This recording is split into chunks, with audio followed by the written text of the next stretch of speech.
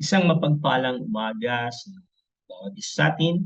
Tayo po ngayon ay darahuli sa ating pagsamba sa Panginoon sapagkat alam natin na ang Panginoon ang siyang nagtalaga ng araw na to, kaya't marapat lang na tayo ay magsama-samang magpuri sa Kanya at sama-samang makinig muli sa aral na gustong ipahayag ng ating Panginoon sa bawat isa. Yung ating pag-aaralan ay nang natin sa mga aklat ni Mateo sa kabanatang 25 mula sa 14 hanggang 29. Matthew chapter 25 verses 14 hanggang sa 29. Ganito ang pagkakasabi. Ang paghahari ng Diyos ay maitutulad sa isang taong maglalakbay, kaya't tinawag niya ang kanyang mga tauhan at pinagkatiwala sa kanila ang kanyang ari-arian at binigyan niya ng salaping ginto ang bawat isa ayon sa kanilang kakayahan. Binigyan niya ang isa ng 5,000 salaping ginto, ang isa na may 2,000 salaping ginto, ang isa pa ay 1,000 salaping ginto. Pagkatapos nito, siya umalis, kumilos agad ang tumanggap ng 5,000 salaping ginto at pinangalakal iyon, kumita siya ng 5,000 salaping ginto. Gayun din naman, ang tumanggap ng 2,000 salaping ginto ay kumita pa ng 2,000 salaping ginto.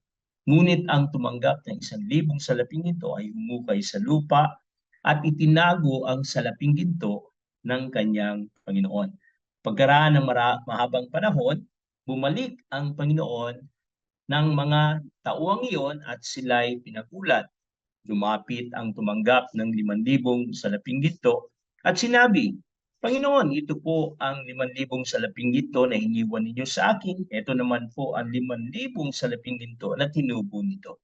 Sinabi sa kanya ng Panginoon, magaling at tapat at mabuting lingkod.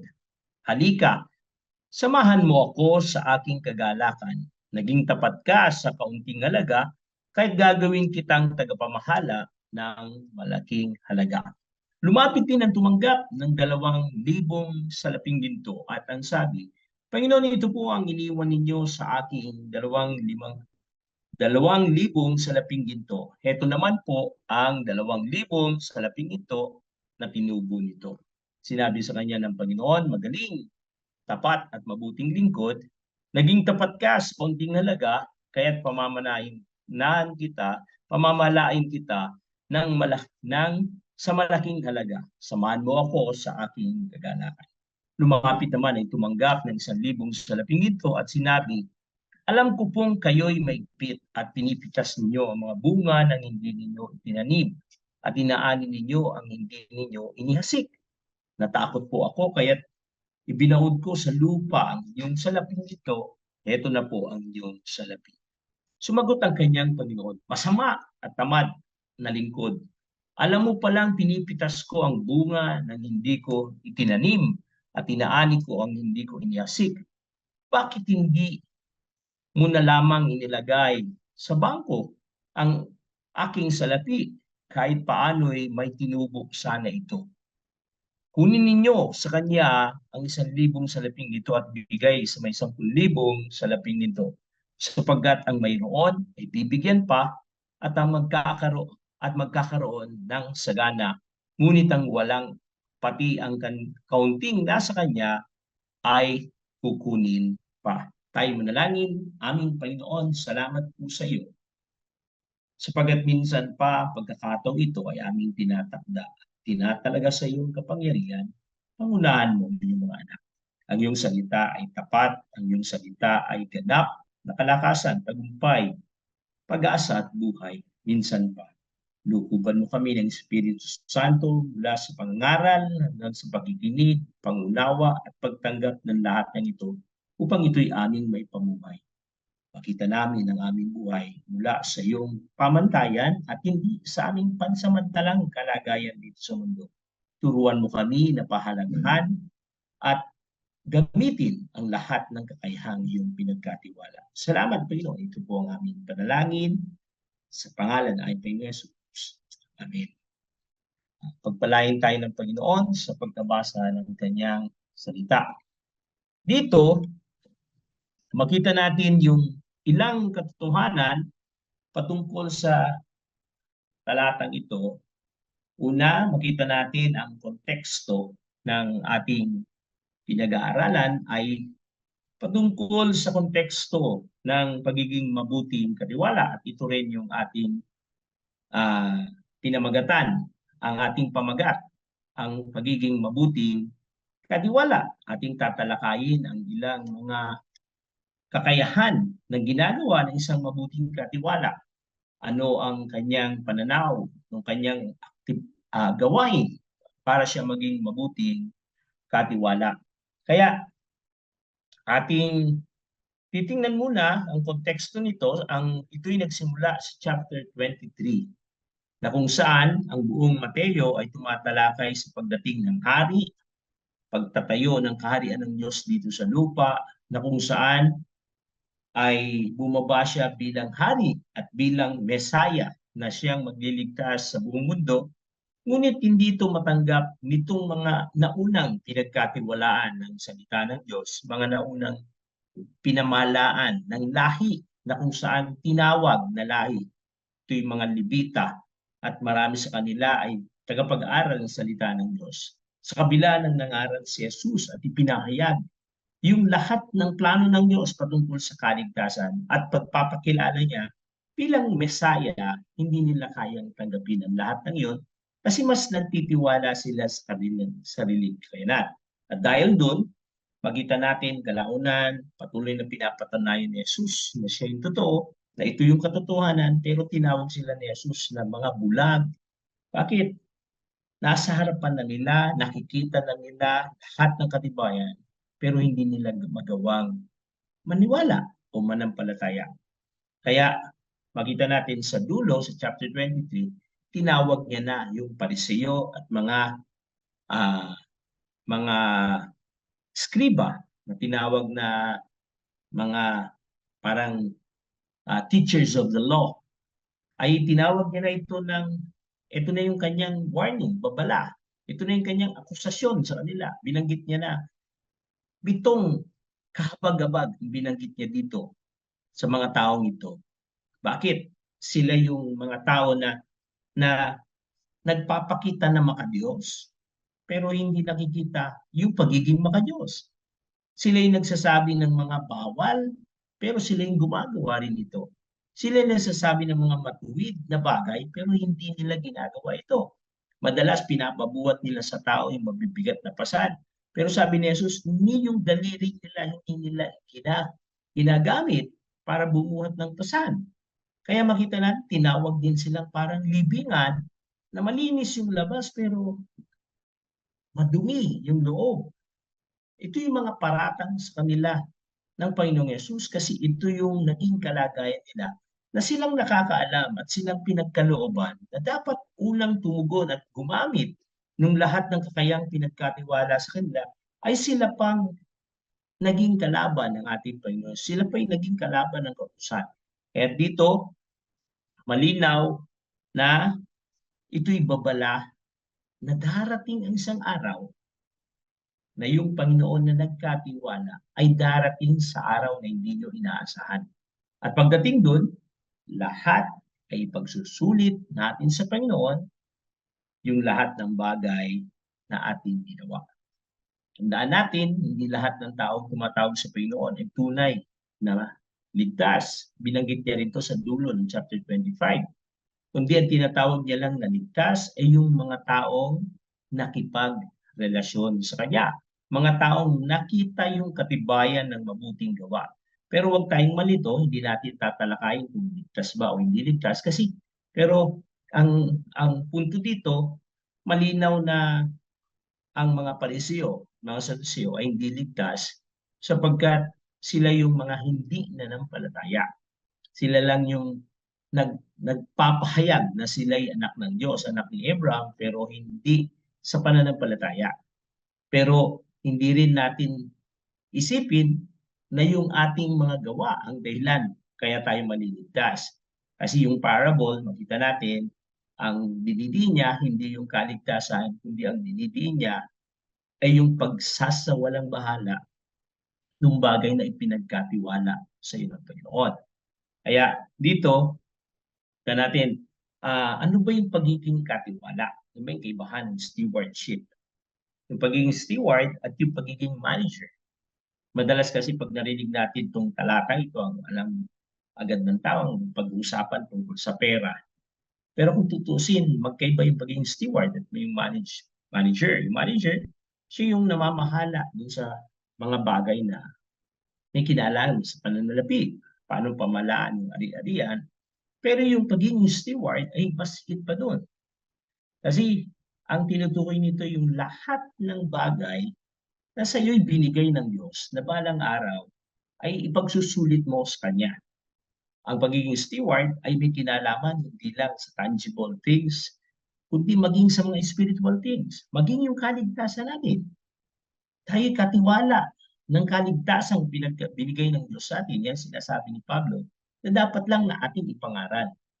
Tayo katiwala ng biyaya na pinagkaloob ng Diyos na dapat lang ating ipamuhay yung biyaya. Madalas tumanggap tayo ng biyaya, pero minsan legalista yung tao pagdating sa ibang tao. Hindi ganoon. Naalala natin yung lalaki na pagkatapos patawarin sa malaking halaga, nung makita niya may utang sa kanya, kanyang hinuli at pinakulong hanggang sa makabayan. Binawi sa kanya yung bagay na pinagkatiwala at siya yung kinulong. Kaya dito, makita natin, paano bang maging mabuting katiwala ng Panginoon? Napakagandang isipin din, mga kapatid, na merong Diyos na nagbigay sa bawat isa sa atin. Ibig sabihin, kung ang Diyos ang nagbigay, hindi siya nagkakamali. Hindi siya nagkukulang.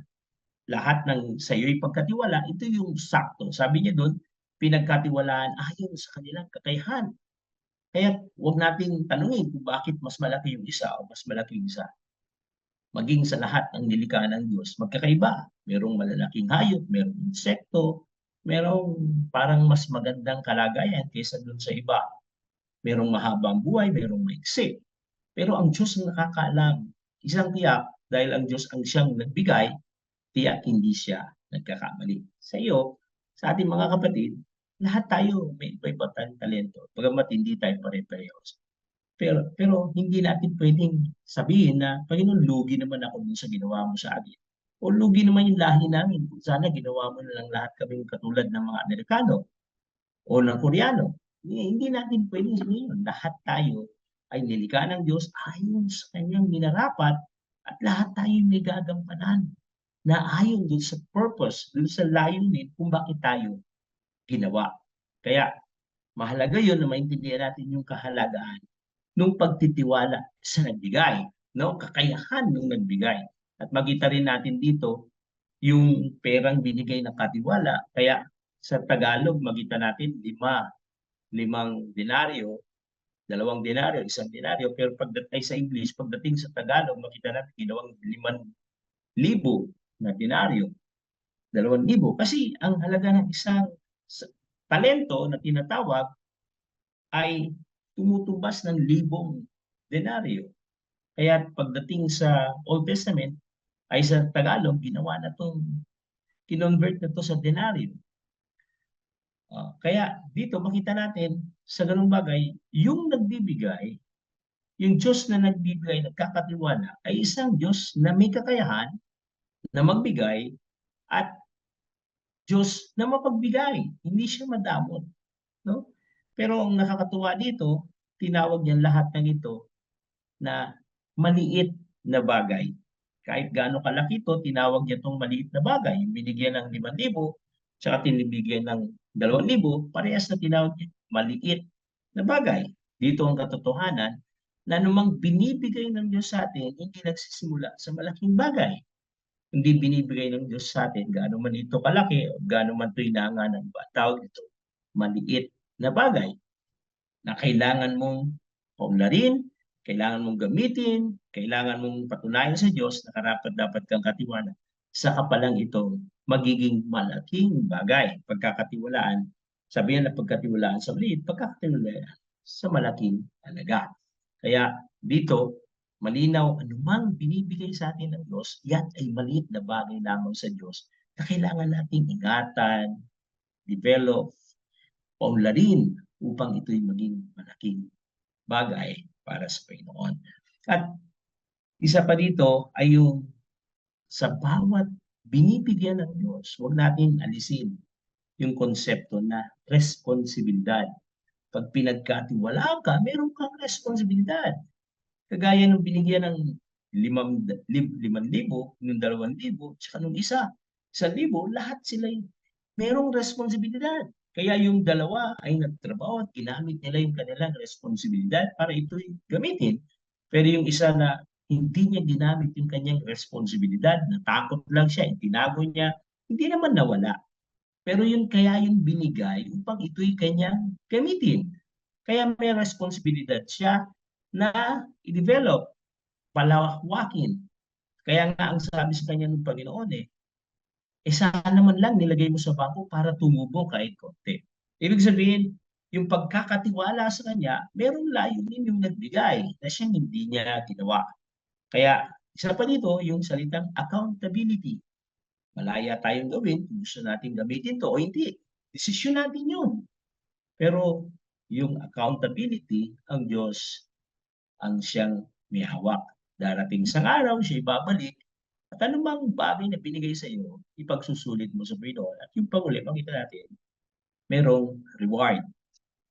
Merong reward, merong kaparusahan dun sa mga hindi na pagkatiwalaan. Kaya nawa, maintindihan natin na napakalaga yung layunin ng Diyos sa bagay na pinagkakatiwala niya sa atin. Okay, una, paano maging mabuting katiwala? Dito makita natin yung una at yung pangalawa, parehas na tinawag na mabuting katiwala. Kaya ito'y pinarangalan, ito'y pinasambatan. Anong kakayahan nila? Anong mga bagay na nakita natin na bakit nila nagawa na maging mabuti at paano naging katiwa-tiwala sila sa maliit na bagay at pagkalooban sa malaking bagay. Una, yung salitang kakayahang ginagamit. Anumang binigay sa kanila ng Diyos, itinuring nila ito na isang bagay na kagamit-gamit. Hindi sila natakot na gamitin ito.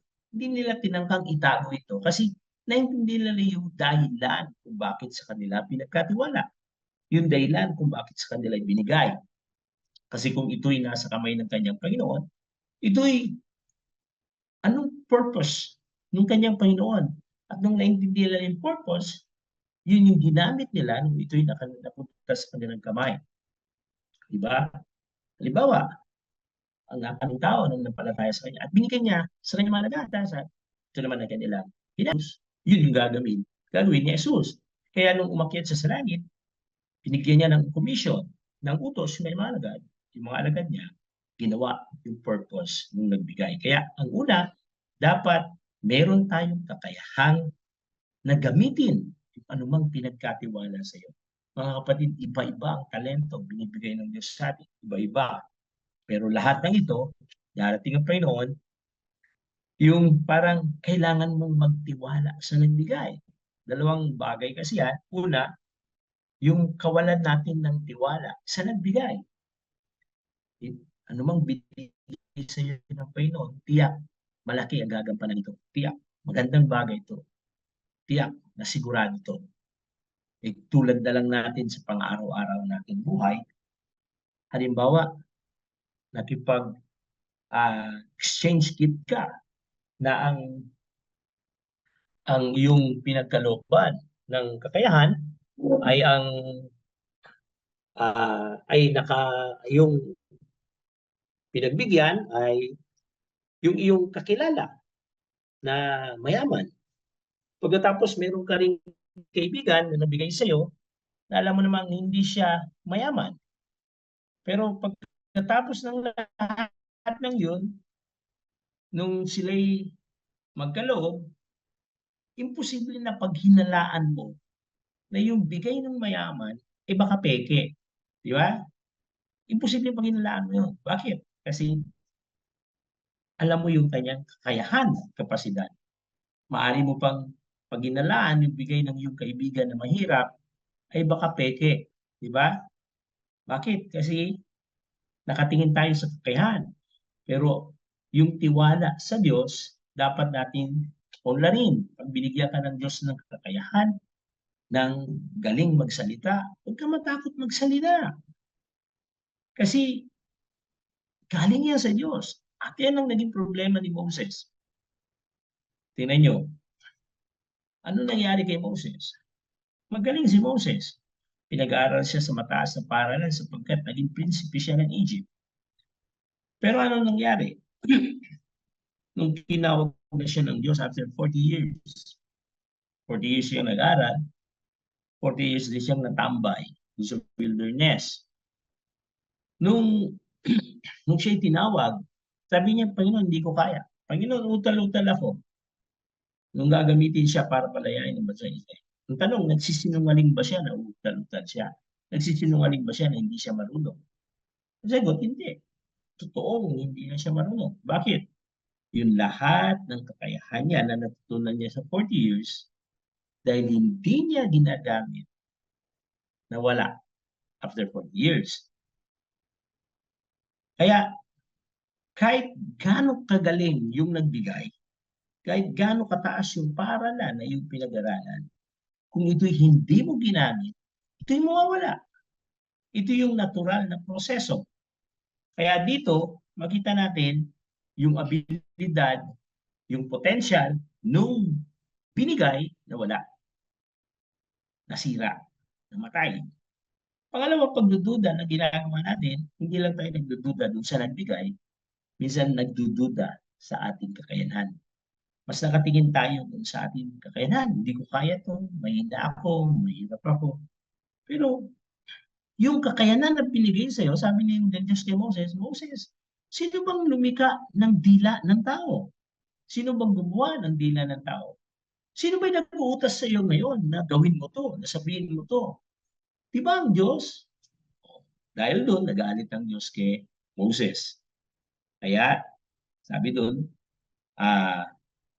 ano yung hawak mo? Kaya yung baston na sinabi niya, yun na lang ang ginamit ng Diyos. Nakalaunan, makita natin lahat ng ginawang himala ng Diyos pamagitan ng Moses ay dinaan sa baston. Bakit? Kasi yung pinagkatiwala sa kanya ng Diyos, hindi siya nagtiwala sa Diyos na kaya niya yun. Pangalawa, hindi siya nagtiwala sa kanya na pinagkalooban ng Diyos. Mangyayari rin sa atin yung nangyari ng Moses kung ganun yung ating gagawin. Lahat tayo may kakayanan. Sabi kanina, lahat ay pinagkalooban ayon sa kanilang abilidad. At ang Diyos ang nagbigay, yung Panginoon ang nagbigay. Tayo rin, meron tayong kakayanan pero nakabatay dun sa ating abilidad. Kaya lahat ng ito ay nagsisimula sa maliit na bagay at lumalago. No? Ito yung nag-develop. Kaya dito, ang lesson natin, dapat nating maintindihan anumang talento na binigay sa ng Diyos. Pagaling ka sa pagdating sa kakayahan, sa pagtugtog. Gamitin mo yan sa Panginoon. Huwag kang mahiya. Di-develop yan ng Panginoon. Katunayan, bakit ang isang batang nag-aral ng mas bata pa ay mas magaling kaysa nag-aral ng matanda na? Kasi nagamit niya ng mas mahaba kaysa dun sa matanda na. Gaano ka man kagaling, sa oras na hindi ka na gumalaw, hindi ka na tumugtog, mawawala yan. Patitigil yan.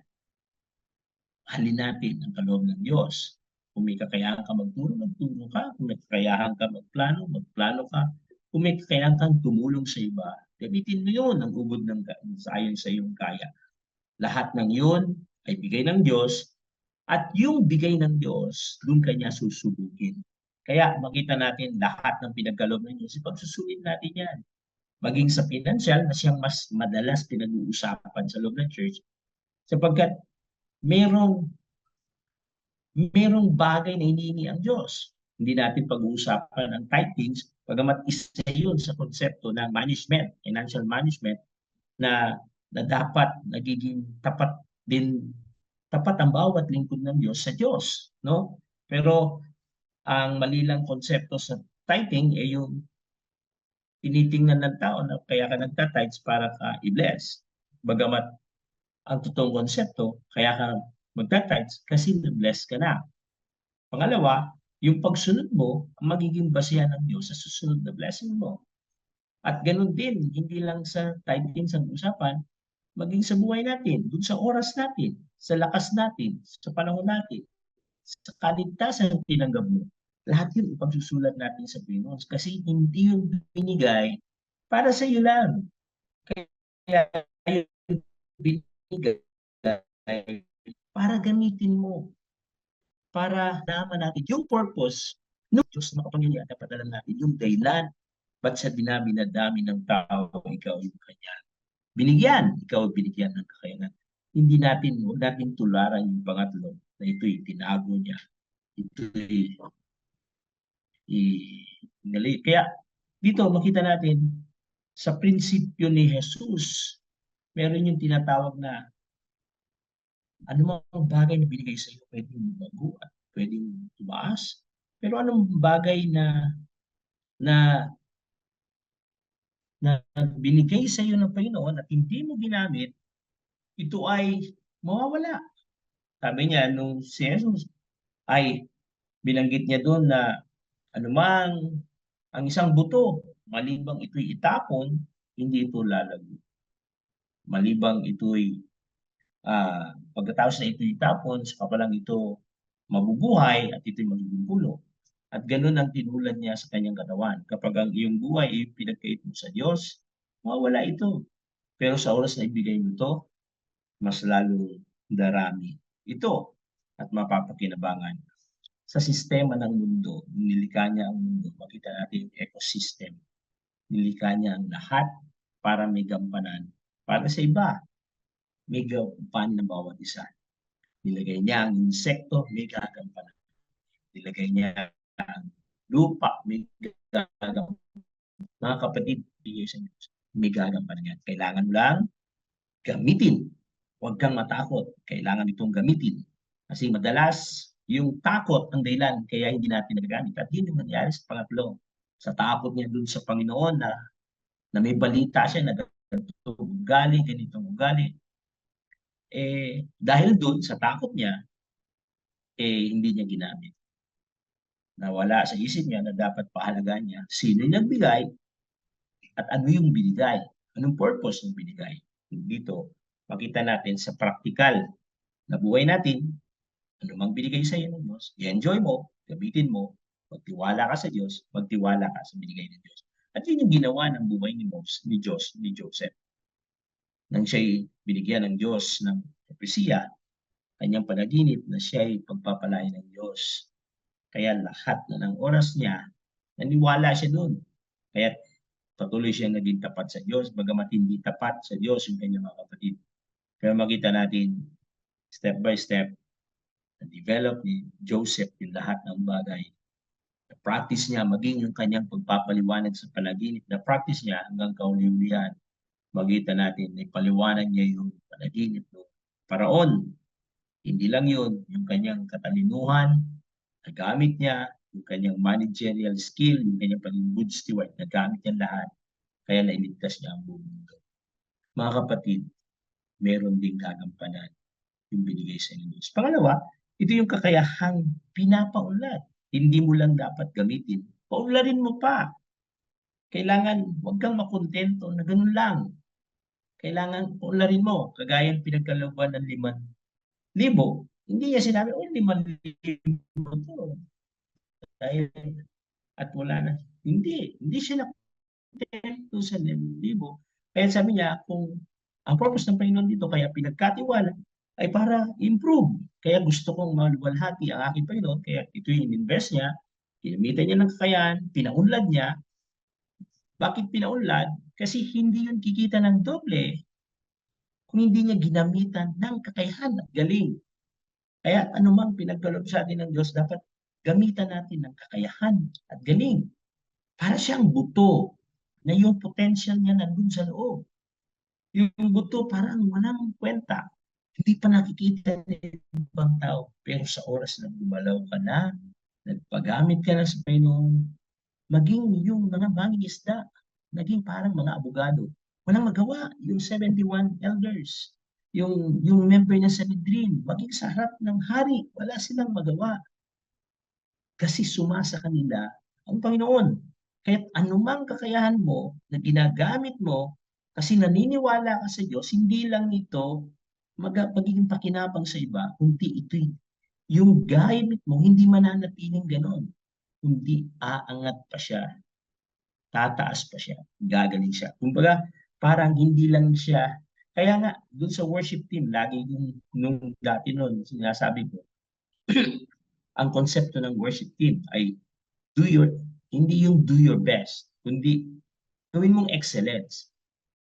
Kasi maging yung hindi magaling na tao, meron siyang best. Bakit? Halimbawa, yung hindi pa masyado marunong, sabi niya, sige, tugtugin mo nga yung isang kanta. Gawin mo yung best mo. Matutugtog niya yun. Kaya lang, hindi yun maganda. Bakit? Hindi pa kasi siya magaling.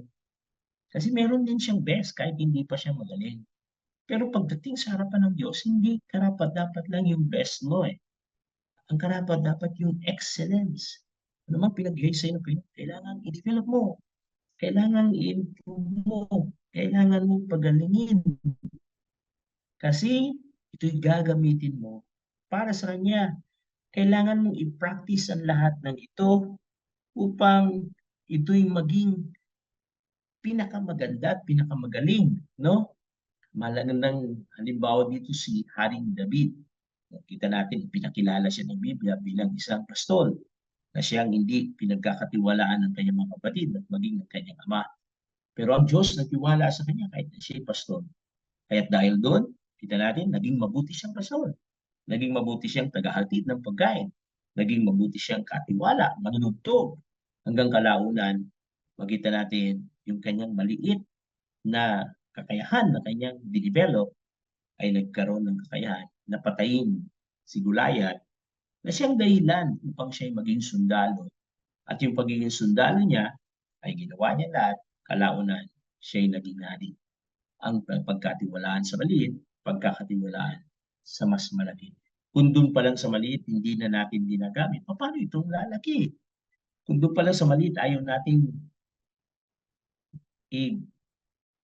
paunlarin ito, hindi na ito lalaki. Kaya ang isang mabuting katiwala ay may kakayahan magpaunlad ng talento binigay sa kanya Diyos. Kaya dito makita natin yung prinsipyo ng losing and gaining. Yung binanggit ko kanina, kapag ito'y iyong ginagamit, ito'y tumatalim, ito'y tumatalas, ito'y gumaganda kagaya sa ita. Pero sa oras na hindi mo ito tago at huwag mong gamitin, unti-unti itong masisira, unti-unti itong mawawasak. Maraming bagay na makita natin pag ginamit, pag tinambay mo, mababaliwala. Kaya dapat natin paunlarin lahat ng ito. Payamanin, mga kapatid, isa lang niyo po, ang isang problema ng isang Kristyano, una, yung salita contentment. Ako kontento na siya, na magaling na siya. May kakayahan na siya, okay na yun. Sa oras na yun, mistap na yung pag-unlad ng iyong kakayahan. Pero sa oras na iniisip mo pa na marami ka pang hindi kayang gawin, marami ka pang dapat pag-aralan, lalo kang gagaling. Nung nakaraan dito sa seminar, kasi nasa seminar ako, nakita natin, ang dami naming mga pastors. Mararamdaman mo, minsan magdaraya yung sarili mo na magaling ka na. Pero pag makakilala ka ng ibang mga pastors na talagang yung ministry nila ay talagang dinevelop ng Panginoon, makikita mo maliit ka. Maliit mo, makita mo yung kaliitan mo, yung kahinaan mo, yung kakulangan mo. Doon ka lang magsasabi na, Panginoon, paulanin mo pa ako. Panginoon, pataasin mo pa ako. Hindi mo pa, minsan napagkakamala natin na nandun na tayo sa level ng excellence. Pero hindi pa pala.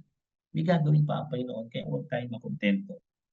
Hayaan natin yung reasoning natin. Yun yung una kasi, yung parang yung contentment. Alam niyo yung merong discontent or yung hindi ka na kontento na positibo.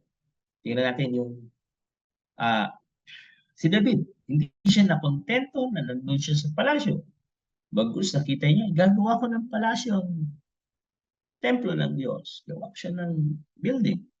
Hindi siya nakontento, makita natin blines siya ng Panginoon. Makita natin yung mga invention ngayon. Dahil hindi sila nakontento, may lumalabas na mas bagong teknolohiya. At yun yung pagkakaroon ng kakayahan na positibo sa mga bagay na hindi ka nakokontento sa iyong kakayahan. Kaya, di-develop mo pa to, hanapin mo pa yung potential nito hanggang kadulud-duluhan. Pakita natin, uunlad ito. Paano na kaya kung yung talento mo ay maraming kaluluwang maliligtas? Doon sa talento mo, maraming taong babalik sa Diyos. Doon sa talento mo, maraming taong lalakas sa Panginoon. Nakakapanginayan kung hindi mo to pagpusigin, gamitin para sa Panginoon.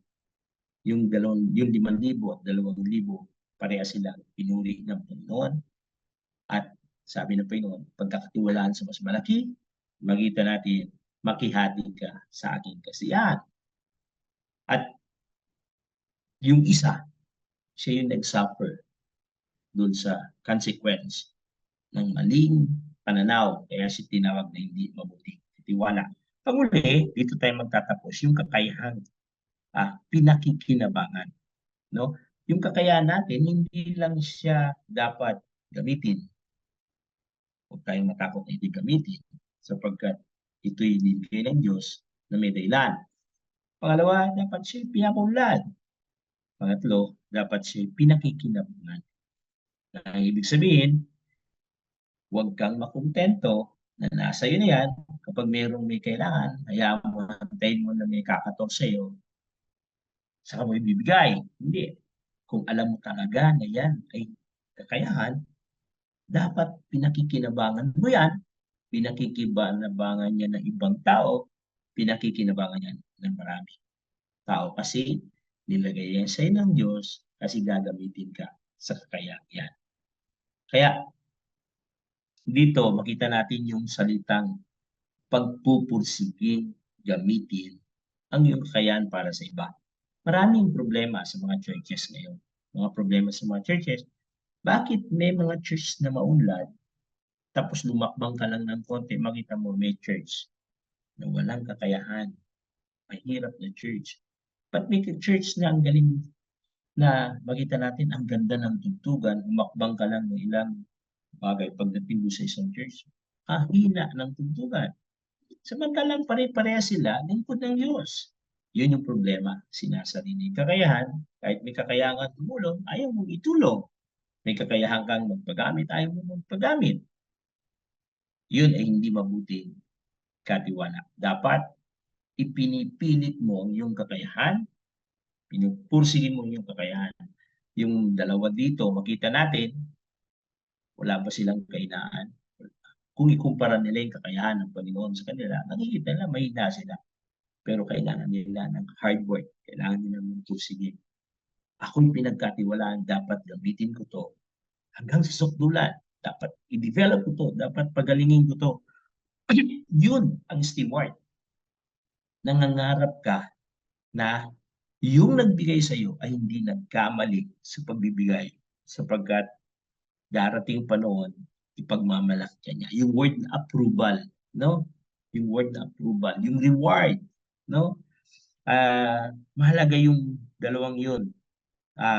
Nakabatay sa abilidad yung pagbibigay. Kaya nung binigyan ka lang, salamat Panginoon. Di ba? Pinagkatiwalaan mo ko at dahil dun sa pagpapasalamat mo na naniwala ang Diyos sa iyo, kaya niya binigay yun, marapat lang na patunayan mo sa Diyos na yung binigay mo Panginoon, igagamitin ko sa kalwalatian ng iyong pangalan. Mga kapatid, yung kalwalatian ng pangalan ng Panginoon, nangyayari pag naramdaman ng tao bagay na pinagkatiwala sa iyo. Parang puno ng dami niya ng Panginoon ang ating tayo mga sanga, Panginoon ang puno. Pag tinignan natin yung metaphor na yun, yung sanga nagbubunga. Pero yung sanga hindi kumakain ng bunga. Ang kumakain ng bunga ay yung mga taong nakakakita ng masaganang bunga. Pagkatapos na ito'y kunin at ito'y kainin, hindi niya sinasabing napakagaling yung sanga. Ang sabihin niya, napakagaling ng puno. Kaya ang dahilan kaya tayo nilikha ng Diyos at binigyan ng kakayahan para ipahayag natin yung kaluwalhatian ng Diyos. At yun yung dahilan kung bakit tayo kawangis ng Diyos. Kasi gagamitin niya yung buhay ng tao para ideklara ang kaluwalhatian ng Diyos. Kaya yun yung dahilan kung bakit niya tayo nilikha. Gusto niyang gamitin natin yung kanyang kakayanan para sa iba. Tingnan natin yung oportunidad, yung pagkakataon. Pagsamantalahan natin yung mga pagkakataon na pwede kang gamitin ng Panginoon para sa iba. Maraming pagkakataon yan. Makikita mo lang sa daan. Makikita mo lang sa mga sitwasyon. Kaya yun lang yung kailangan nating gawin upang yung talentong binigay ng Diyos sa atin ay maging mas malago, maging mas kagamit-gamit. Alam niyo po, gamitin ko lang yung salita na ginamit ng Biblia dun sa huling katiwala. Yung salitang wicked, yung salitang lazy, at yung salitang foolish. Masama, tamad, mangmang. Yun ang tawag ng Diyos doon sa pinagkatiwalaan niya pero hindi ginamit. Pero doon sa mga gumamit at ito'y pinaunlad, ang tawag niya, mabuting katiwala. Kaya, alam niyo po ba yung huling katiwala, pag tinignan natin sa batas ng economic ngayon, sabi nga nung narinig ko, sinasabi, hindi ako nagkamali kay Bishop, yung bansa natin, mag-isip ka ng triangle, natiin mo yung guwit sa apat, yung pinaka nasa ibaba, yun yung mga mahihirap, nandun sa lower class, mga taong mahirap, ibig sabihin napakaraming layo. Yung nasa gitna, yun yung nasa middle class. Pero yung nasa tuktok na napakakonti, yun na yung nasa higher class. Ito na yung mga mayayaman, negosyante. Ang problema sa economics, dapat ang yumayaman, yung mahirap, kaya lang ang nagiging cycle, ang lalong yumayaman, yung nandun sa higher class. Bakit? Sila yung may potential. Sila yung naniniwala sa kanilang potential. Sila yung may kakayahan. Sila yung nagpupursige at hindi natatakot mag-invest, gawin yung kakayahan hanggang doon sa hindi pa nila nagagawa. Nag-iisip sila, paano pa? Ano pang gagawin? Kaya sila yung lalong yumayaman. Pero yung mga nasa iba pa, wala nang kakayahan, wala pang tiwala sa sarili, makita natin marami pa sa kanila yung tinatawag na tamad, mga walang, hindi nag-aral, hindi kulang sa kakayanan, kaya't lalong naghihirap. Maging sa spiritual, ganun din mga kapatid. Lahat ng kakayahan binigay sa inyo ng Diyos, binigyan kanyang kakayahan manalangin. Sabi ng Biblia, ang manalangin kaya magpagalaw sa puno. Ang panalangin kaya magpagaling ng mga may sakit. Kaya lang, kailangan mo i-develop yung pananalangin mo. Kakayahan magbasa ng Biblia at umintindi ng Biblia. Ang tanong, lahat ba tayo ay nagbabasa ng Biblia? Lahat ba ng Kristyano ay naiintindihan ng Biblia? Sa pag-aaral ko ngayon, na pagtingin sa mga Kristyano, mismo mga pastor, nag-decline na yung kanilang impormasyon tungkol sa Biblia. Kasi hindi na uso yung pagbabasa ng Biblia ngayon. Nawawala na yung panahon.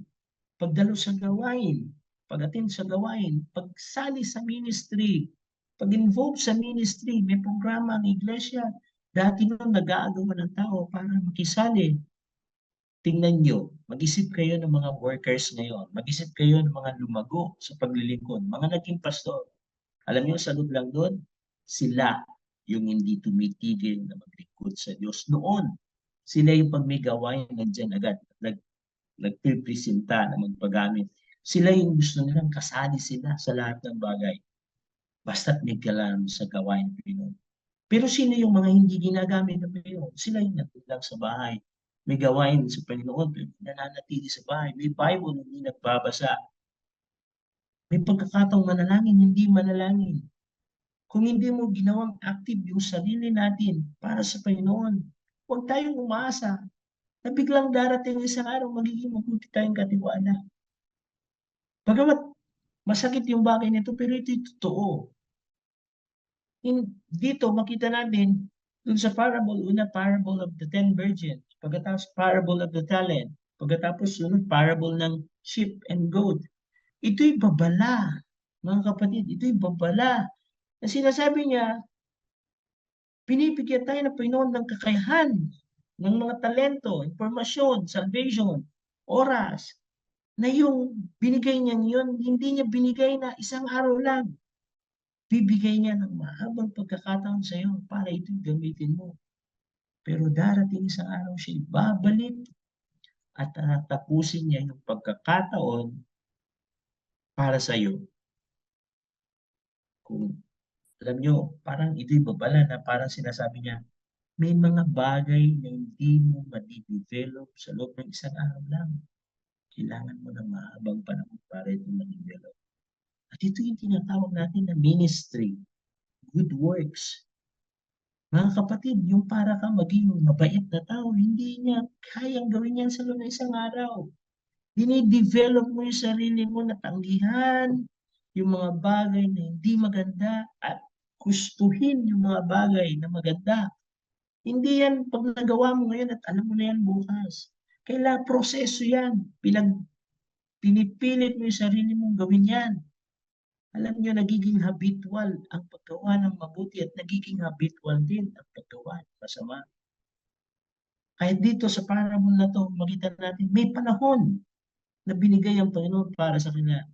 Pero may panahon din na bumalik ang Panginoon para ipagsulit nila yung binigay nila. Nawa, maintindihan natin yung layunin ng parable. Lahat tayo pinagkalooban ng kakayahan ng Panginoon para maglingkod sa Kanya sa iba't ibang paraan. Kapatid, kailangan mong gamitin yung kakayahan na yan. Bakit? Ang Diyos ang namili para ibigay yan sa iyo. Ang Diyos ang nagdesisyon na ipagkaloob yan sa iyo. At dahil yan ay galing Diyos, perfecto ang talentong yan. Kailangan mo lang gamitin, kailangan mo ayusin upang ito'y maging kalwalatian ng Panginoon. Mga kapatid, huwag tayong matakot sa anumang kayang gawin ng Panginoon. Bagkus lalo tayong magtiwala. Matakot tayo dun sa ating pangamba na baka hindi tayo karapat-dapat. Ginawa ka ng karapat-dapat. Kaya sa ating pagwakas, dapat handa tayo. Pagdating ng araw, sasalubungin natin Panginoon at tatanggapin natin lahat ng gantimpalang bibigay niya sa atin sapagkat naging mabuti tayo kalipin. Magiging accountable tayo. Pagdating ng panahon, mayroong paghuhukom sa lahat ng ligtas. Ito yung paghuhukom sa lahat ng ating accomplishment. Paano tayo naging mabuting katiwala. Mga kapatid, mag-focus tayo dun sa mga bagay na eternal at hindi lang sa temporal. Madalas, ang nagpapabagal sa atin, masyado tayo yung pagiging nearsighted. Ang nakikita natin yung present things. Ang nakikita natin yung mga temporal na bagay. Nawawala na sa isip natin yung mga bagay na mas mahalaga. Siyang eternal na balang araw lahat ng ating pagpapagal, iiwanan natin yan sa lupa. Ang dadalhin natin sa langit ay yung mga bagay na siyang hiningi ng Diyos na gawin natin tayo ng buhay pa. Nawa, naintindihan natin ang mensahe. Isang mensahe na nagpapahayag, kailangan natin maglingkod ng seryoso sa Diyos. Magpagamit sa Diyos. Sapagkat marami pa siyang plano sa buhay natin. Tayo manalangin. Panginoon, salamat po sa iyo sapagkat ikaw po ang aming Panginoon na siyang pinaglingkuran, aming Diyos na siyang nagligtas sa amin. Sa iyo po namin tinitiwala ang gating ito. Ang umagang ito ng aming paglilingkod na ikaw ang siyang magbigay ng pagpapala sa iyong mga anak. Anumang kakayahan na aming tinanggap sa iyo, makikita namin ito'y mahalagang bagay na dapat namin gamitin sa paglilingkod sa iyo. Panginoon, alam po namin wala kang nilikha, wala kang niligtas na hindi kaya maglingkod kasi ikaw nagsasabi yung espiritu na bumuhay sa iyo nung ika'y nag-alay ng iyong buhay para sa aming kasalanan, siyang espiritong bumuhay ng aming espiritu at espiritong nagkakaloob ng kakayahan, talento upang kami maging kagamit-gamit ayon sa layunin mo. Kaya dalangin po namin, kaya mo makita namin lahat ng ito at tulungan mo po kaming tumayo sa pamantayan mo, hindi sa aming konsepto ng aming uh, filosofiya, hindi sa konsepto ng aming mga pangangatwiran, bagkus magpakumbaba kami sa konsepto ng iyong salita, ng iyong banal na kasulatan, na kami ay dapat mong gamitin, dapat kami maglingkod sa iyo, sapagkat pinagkatiwalaan mo kami ng mga bagay na kakayahan upang magawa namin ang lahat ng ito. Salamat, Panginoon. Pagpalain mo sa mga anak na mga nakarinig ng iyong salita. Palain niyo po sila. Ito po ang aming panalangin sa pangalan ng Panginoon Jesus. Amen. God bless you.